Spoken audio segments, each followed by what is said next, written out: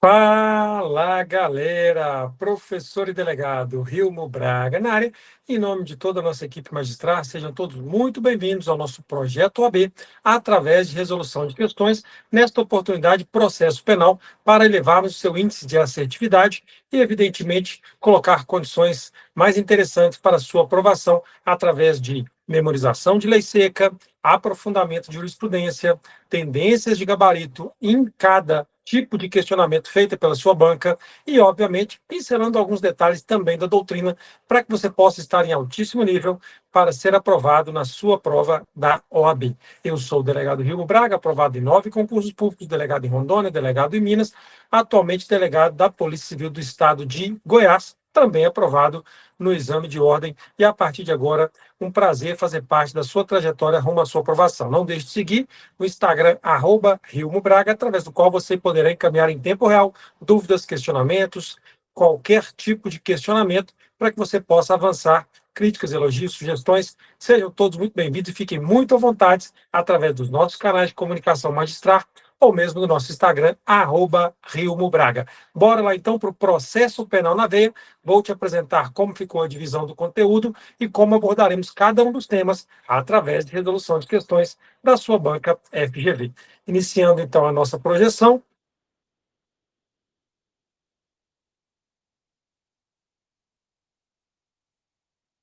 Bora lá então. Comigo na tela. Pronto, meus queridos. Vamos lá? Conforme dito, meu Instagram, aqui em cima para você, ó, @RilmoBraga. Será um prazer, uma honra ter você conosco. Nossa aula, nesta oportunidade, será de resolução de questões, especificamente de processo penal, questões da banca FGV cobradas em prova de OAB, com o devido aprofundamento que se faz necessário para a sua revisão. E eu separei o seu edital de uma forma bem estratégica, você perceberá, e neste encontro, então, estudaremos princípios, sistemas processuais e inquérito policial. É isso mesmo, inquérito não é uma matéria tão cobrada em prova de OAB, apesar de que nos outros certames públicos, seja para magistratura, MP ou mesmo para delegado de polícia, certamente é o queridinho das bancas. Mas em prova de OAB, a tendência é um pouco menor, então eu condenso aqui itens do seu edital neste encontro. Sempre te apresento agora o seu edital e o que eu selecionei para esta oportunidade. Estudaremos dos itens 1 ao 5 do seu edital da banca FGV, com princípios, sistemas, aplicação da lei, imunidades e inquérito policial. Fechado? Bora lá então para o que interessa. Questão de número 1, comigo na tela, cobrado pela OAB, no exame número 41, no ano de 2024, com o seguinte enunciado: a República Federativa Alfa reconhece o Poder Judiciário como um dos poderes independentes da República. Em Alfa, há um órgão de acusação independente e diferente do Judiciário, responsável por formular a acusação criminal, tendo a iniciativa probatória. Em Alfa, um acusado seria um sujeito de direitos no âmbito do processo. E os princípios democráticos do processo penal, tais como juiz natural e presunção da inocência, são reconhecidos. A partir dos dados fornecidos, o país alfa adota o sistema processual com traços mais marcantes do sistema. E aí, acusatório, inquisitivo, misto ou consensual? Claro, sistema acusatório, gabarito, letra A, sistema acusatório. Bom, revisando os sistemas processuais. As três principais características do sistema processual. Primeiramente, lembrar que no Brasil eu tenho a primeira fase da persecução, que é o inquérito, e a segunda, que é a ação. O inquérito é inquisitivo e o processo é acusatório. Então, o inquérito começa com I, inquisitivo começa com I, a ação começa com A, acusatório começa com A. Quais são as três principais características que os distinguem? Simples. A primeira delas, no sistema acusatório, tem ampla defesa e contraditório. No sistema inquisitivo, não tem ampla defesa e não tem contraditório, pelo menos como regra. Claro que nós sabemos que o inquérito tem evoluído muito e hoje o inquisitivo é mitigado, de modo que há direitos fundamentais, tais como dever de comunicação da prisão, dever de acesso ao advogado, dever de acesso aos autos, nota de culpa, comunicação da prisão, dentre outros. Mas é claro que o inquérito ele é inquisitivo e, notadamente, não se faz necessária a observância absoluta da ampla defesa e contraditório. Segunda característica importante, no sistema acusatório tem a tríade processual. Eu tenho o MP acusando, a defesa defendendo e o juiz é imparcial e equidistante, totalmente isolado, não se envolvendo e nem se imiscuindo, nem com a defesa e nem com a acusação. É a principal característica do sistema acusatório que buscou agora o pacote anticrime adotar de forma mais pura no Brasil. Esta é a realidade. Já no inquérito, todos os poderes, seja de defender, acusar e decidir sobre o indiciamento ou não, todos os poderes estão na mão do delegado de polícia. É por isso, por exemplo, que delegado não tem impedimento de suspeição, como ocorre com juiz e promotor, ok? Ponto. E a última característica, no processo, o sujeito, o réu, o processado é sujeito de direitos.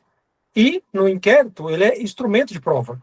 Então, a partir dessa distinção, ficou claro que no país alfa aqui da questão do enunciado, claramente, se eu tenho a defesa de um lado, a acusação de outro e o juiz é equidistante, e eu tenho o sujeito como como sujeito, o réu, o investigado, o processado como sujeito de direitos, o sistema é o acusatório. Lembrar que o inquisitivo do inquérito hoje é mitigado, e o nosso processo, a ação acusatória, também é mitigada, porque o juiz ainda mantém poderes instrutórios, tais como a oitiva de testemunhas referidas, bem como a realização de algumas diligências como presidente da audiência. Gabaritou? Gabarito, letra A. Questão de número 2. Cobrada pela FGV no exame 41/2024. Depois do recebimento de uma denúncia anônima, a delegacia iniciou VPI, verificação preliminar de informação, certinho. Inquérito não pode, só com denúncia anônima. VPI pode.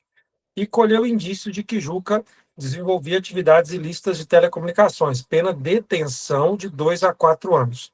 A fim de melhor apurar os fatos, foi instaurado inquérito. E o delegado representa pela interceptação telefônica. Não pode, porque a pena é de detenção. Crime de detenção não admite interceptação telefônica. O que foi deferido pelo juiz. Tudo errado. A fim de anular as provas colhidas na interceptação, você, na condição de advogado, deve alegar. Letra A.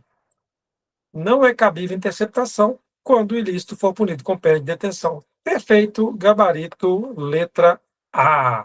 Não cabe interceptação telefônica em crimes punidos com pena de detenção.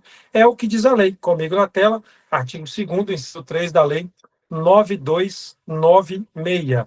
Não será admitida interceptação se 1. Não houver indícios razoáveis de autoria e participação. 2. Se a prova puder ser feita por outros meios disponíveis, princípio da última ratio probatória. E 3. Se o investigado cometeu o crime no máximo com pena de detenção. Então, tem que ser pena de reclusão. É por isso que alguns chamam os crimes que admitem interceptação de crimes de catálogo. Sobe para o CREO 5 e deixa o concorrente comendo poeira porque você é aluno magistral. Cuidado só com uma pegadinha. E se eu instauro inquérito para apurar um crime de reclusão, exemplo, homicídio, mas acabo descobrindo só posse ilegal de arma, pena de detenção.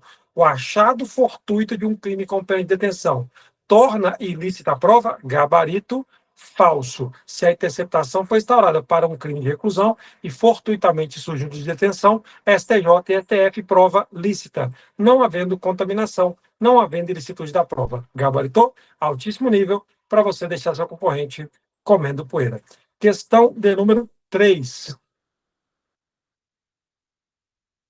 Célio, inconformado com o termo de casamento de 10 anos com a esposa Natália, passou a persegui-la em locais habituais de lazer e trabalho.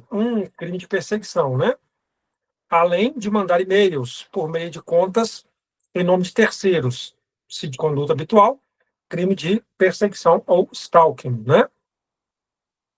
Inconformada com esses fatos, Natália procurou a delegacia da mulher e relatou os fatos, tendo o policial civil enquadrado a conduta no crime de perseguição. Artigo 147-A do Código Penal. Ao tomar conhecimento da acusação, Célio autorizou seu advogado a entrar em contato com o advogado de Natália, para tentar algum acordo com a vítima. Depois da negociação dos profissionais, Natália decidiu não mais prosseguir com a acusação. Acerca dos fatos narrados, assinale a afirmativa correta. Letra A. Natália não poderá retratar da representação, em razão do crime ser de ação penal pública incondicionada. Errado. Delito de perseguição desafia como regra ação penal pública condicionada. Letra B. Natália poderá se retratar da representação a qualquer momento, desde que antes do trânsito julgado. Errado. Como regra no Brasil, a retratação da representação é até o oferecimento. Essa dica é boa, hein? A retratação da representação no Brasil é até o oferecimento da denúncia e não recebimento. Pegadinha importante. Misturando com direito penal. Lembra do arrependimento posterior lá do Código Penal? Aí é até o recebimento da denúncia. Dica interessante para você deixar seu concorrente comendo poeira. Então, de novo, a retratação da representação é até o oferecimento. Já no arrependimento posterior, é até o recebimento. Dica importante para a sua memorização. Pela última vez, retratação da representação é até o oferecimento da denúncia, exceto na lei Maria da Penha. Cuidado com essa dica também importante na sua prova, beleza? Volta para cá, letra C. Natália não poderá retratar da representação, desde que não faça até o oferecimento da denúncia. Como regra, o oferecimento da denúncia. Mas no caso de Natália e Célia, envolve a lei Maria da Penha. Se envolve a lei Maria da Penha, é o único caso em que a retratação deixa de ser até o oferecimento e passa a ser recebimento. Então, a letra C, oferecimento, está errado porque envolve violência doméstica. Letra D. Natália poderá renunciar, desde que o faça até o recebimento da denúncia. É justamente a exceção. Pela última vez, a retratação é até o oferecimento, exceto na lei Maria da Penha. Célia e Natália tiveram um casamento, por isso aplica-se a lei Maria da Penha, passa a ser até o recebimento da denúncia, ok? Gabarito, letra D de dado. Vamos ver o crime de stalking, perseguição, 147A. Perseguir alguém reiteradamente, ó, a habitualidade aqui, ó, crime habitual, né? E a banca trouxe a habitualidade, né? Questão muito bem feita. Ameaçando a integridade física ou mental, ou restringindo a capacidade de locomoção, ou de qualquer forma perturbando a liberdade ou privacidade, é justamente o caso, né? A pena é aumentada de metade se praticado contra a mulher em razão de condição de sexo feminino, é o caso, né? E, parágrafo terceiro, a ação penal condicionada à representação. Então, stalking ou perseguição, ação penal condicionada, e ela poderá se retratar até o recebimento da denúncia e não o oferecimento, é a exceção prevista na lei Maria da Penha. Por isso, gabarito letra D de dado. Fechou? Questão 4, comigo na tela. O Oswaldo foi denunciado por crime de estelionato em coautoria com Flávio. Durante a instrução processual, o juiz ouviu 3 testemunhas de acusação, e uma delas, Fabiana, apresentou versão conflitante com as apresentadas pela defesa. Por isso, o MP requereu a realização de acariação prevista no 229 CPP entre Oswaldo, Flávio e Fabiana. A defesa informou que o acusado não iria participar, mas o MP insistiu que o juiz determinasse que Oswaldo submetesse ao ato, sob pena de cometimento de crime de desobediência. Sobre o caso narrado, assinar a alternativa que indica o princípio que você, como advogado de Oswaldo, deverá alegar em defesa do seu cliente. Bom, primeira pergunta: seu cliente Oswaldo é obrigado a participar? 1000 vezes falso, pelo amor de Deus, ele não é nem obrigado a comparecer, não é? A DPF 395-444 do STF não é cabível sequer condução coercitiva. Por quê? Ora, se eu não sou obrigado a falar e nem a produzir prova contra si mesmo, por que de acha eu tenho que comparecer? Não é? Então, o STF já declarou inconstitucional a condução coercitiva, bem como a obrigatoriedade de proceder interrogatório ou a cariação, é a mesma coisa, do suspeito ou do réu. Incabível de forma absoluta. Vamos para a letra A. Ampla defesa veda a realização da careação entre testemunhas de defesa e de acusação, pois cada parte tem o ônus de provar os fatos que alegam. Não, o CPP permite a careação entre quaisquer pessoas, esdrúxulamente até mesmo entre o suspeito e a vítima. Tosco, né? Mas é o que o CPP diz. Letra B. O da fundamentação das decisões, que exige que, ao determinar a realização da prova, o juiz indique concretamente as razões que justificaram, sob pena de nulidade. Não, não é exatamente isso, né? Nem fundamentadamente o juiz poderia determinar tal diligência, porque fere o direito de não produzir provas contra si mesmo. Letra C. O da presunção de inocência impede a participação do réu no procedimento de acariação, ainda que voluntariamente. É errado, né? Se ele quiser participar, ele pode, mas ele não é obrigado. Letra D. O da não autoincriminação. Ampara a pretensão de Oswaldo de não participar da produção de prova, que exige a participação ativa, tal como a careação, lendo o gabarito letra D, nemo teneto se detegere. Ninguém é obrigado a produzir provas contra si mesmo, por isso Oswaldo não é obrigado a participar, só por CREO 5 e deixa o concorrente comendo poeira. E se fosse para reconhecimento pessoal no espelho preto da delegacia? Aí ele poderia alegar o nemo teneto? Falso, porque aí não é ele que produz ativamente a prova, e sim a vítima ou testemunha. Ele é só objeto da prova. Aí ele é obrigado a participar e até mesmo comparecer. CREO 5 sobe e deixa seu concorrente comendo poeira. Bora para a questão 5. Comigo na tela.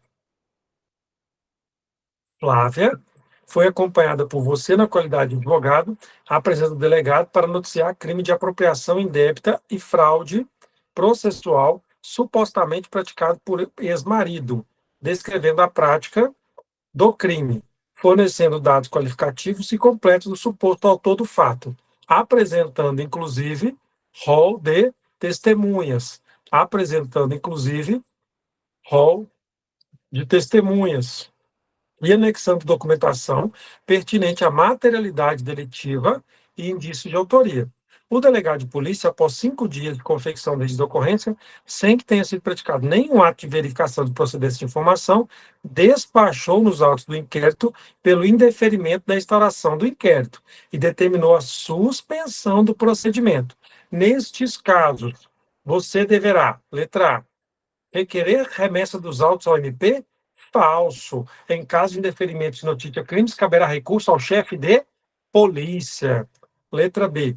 Requerer remessa dos autos para que o juiz se manifeste, uma vez que o delegado de polícia não possui poder de arquivamento? É errado. O delegado não pode arquivar o inquérito, mas o boletim de ocorrência ele pode, que representa o indeferimento da notícia crimes, do qual cabe recurso. Qual recurso? Recurso ao chefe de polícia.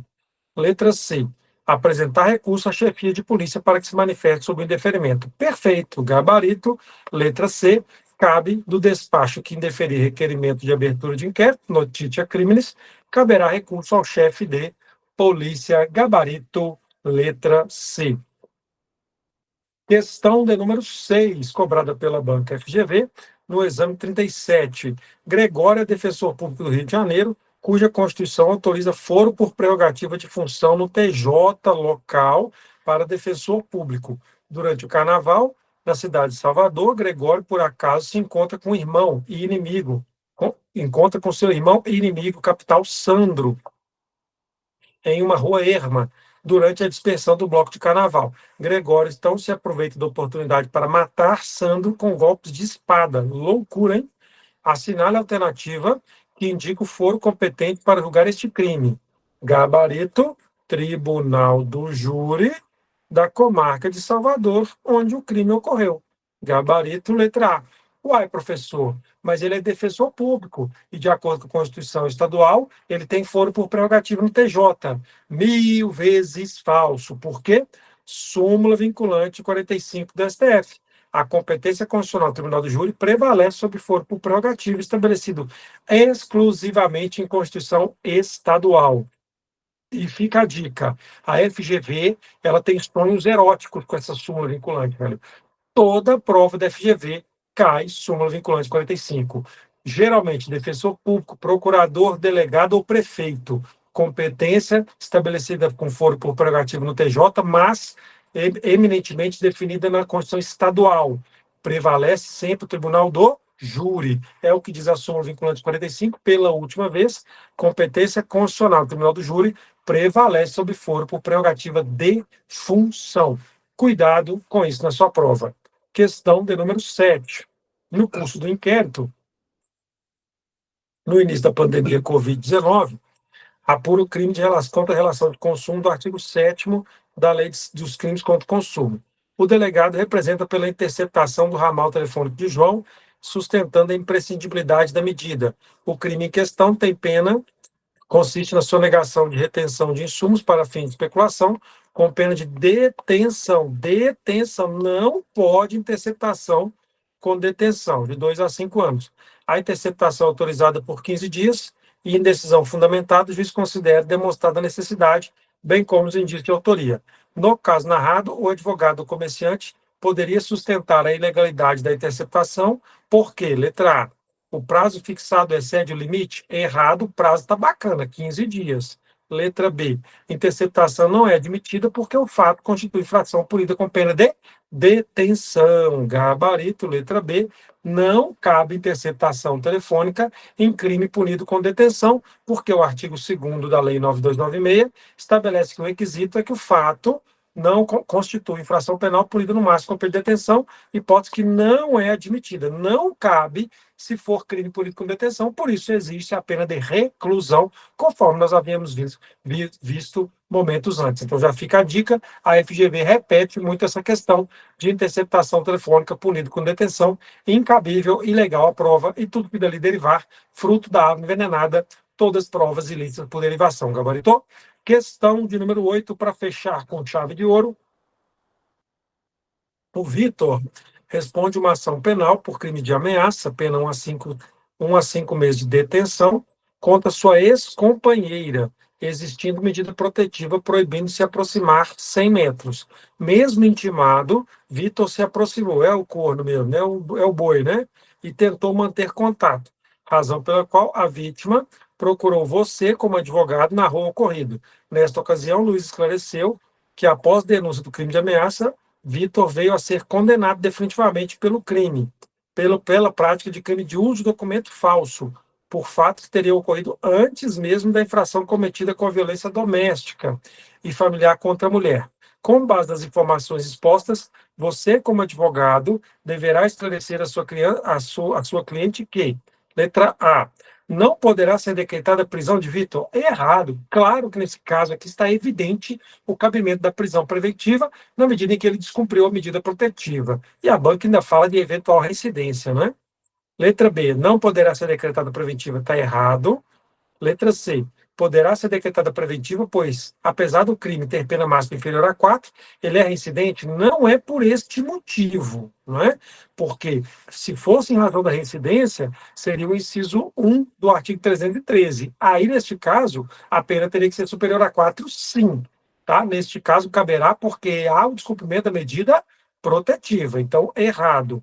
Letra D, poderá ser decretada preventiva, tendo em vista a existência de medida protetiva descumprida. Lindo, né? Gabarito, letra D, é o que reza o artigo 313 do Código do CPP. Caberá a prisão preventiva quando, inciso 1, crime doloso com pena máxima superior a 4, tem que ser 5, superior a 4. 2, se ele for condenado por outro crime doloso, ou seja, reincidente em crime doloso. E 3, se o crime envolver violência doméstica familiar para a execução de medida protetiva descumprida. Então, inciso 3, mesmo que a pena seja inferior a 5 anos, é o caso da ameaça, é cabível a prisão preventiva em razão do descumprimento da medida protetiva, sendo ela autônoma e não se fazendo necessária a prova dos incisos 1 e 2, bastando a presença do inciso 3, que é o descumprimento da medida protetiva, cabível será a prisão preventiva. Sobe para o CREO 5 e deixa o concorrente comendo poeira. Neste caso, é possível a prisão preventiva, mesmo se não houver o descumprimento da protetiva, mas sim houver o risco de inefetividade da medida protetiva, ou seja, pode ser uma prisão preventiva autônoma, tem prevalecido a jurisprudência que sim, especialmente se houver o risco iminente à vida da vítima. Então, é possível a decretação da prisão preventiva, agravadora em caso de cumprimento protetiva, ou mesmo para garantir a execução. Aliás, o texto é esse, né? Ó, para garantir a execução da medida protetiva. Então, o próprio texto já autoriza essa possibilidade da prisão preventiva em caso de descumprimento de medida protetiva. Além disso, lembrar que a prisão preventiva pode ser decretada para fins de garantia da ordem pública, ordem econômica, aplicação da lei penal e instrução processual, mas no caso de violência doméstica, isso não se faz necessário. Basta que fique evidenciado que há o risco de inefetividade da medida protetiva ou o descumprimento da medida protetiva para o cabimento da prisão preventiva. Neste caso, é o que estabelece a Lei Maria da Penha, que inclusive alterou o artigo 313 do Código de Processo Penal. Bacana? Com isso, então, meus queridos, nós vamos encerrando esta aula de resolução de questões de processo penal através de resolução de questões específicas da OAB, da Banca FGV. Espero que você tenha gostado. Dúvidas, dicas, sugestões, ruídos, quaisquer questionamentos, fique à vontade para utilizar todos os canais de comunicação magistrar, ou mesmo meu Instagram, @RilmoBraga. Será um prazer e uma honra estar com você, juntos pela sua aprovação. Um beijo no seu coração, fique com Deus e até a próxima.